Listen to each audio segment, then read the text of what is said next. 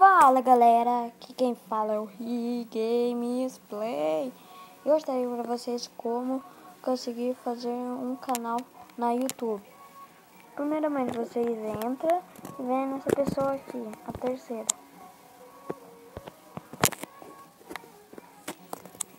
Pronto.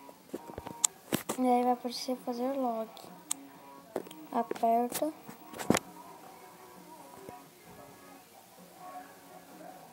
Daí se você tem a conta na Play Store, vai aparecer aqui. Eu vou colocar essa aqui, Richard. Vamos lá.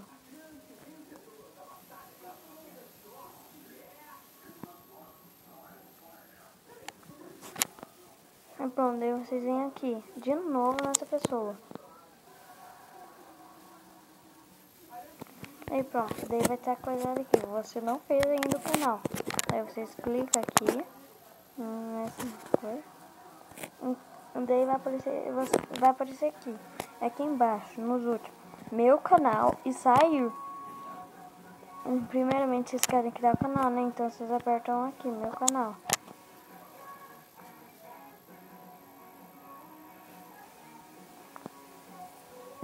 Daí se vocês não tem, vai aparecer já pra vocês criarem. Vocês colocam o nome que vocês quiserem. Vou colocar Se Fudeu, kkk. Fudeu, kkk. Tô brincando, colocar não. Ah, vai sim. Daí vai aparecer isso daí. Então tá. Daí vocês apertam criar canal.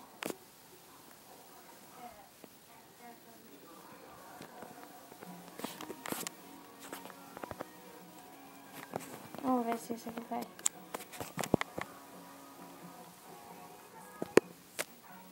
Aí eu tenho que colocar o nome decente, é?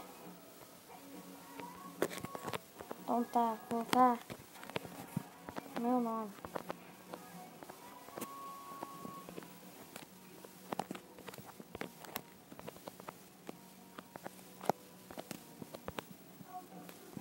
Pronto. Criei o canal, vamos ver se vai agora. Ah, por que aquele nome não vai? Que não é da hora.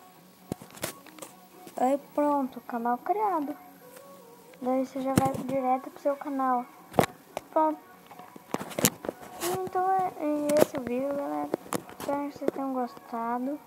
Então deixa o like, se inscreva no canal. E olha, só vou gravar vídeo no meu canal. Não vou gravar para outras pessoas. Então é isso. Espero que vocês tenham gostado. Falou, uou, fui!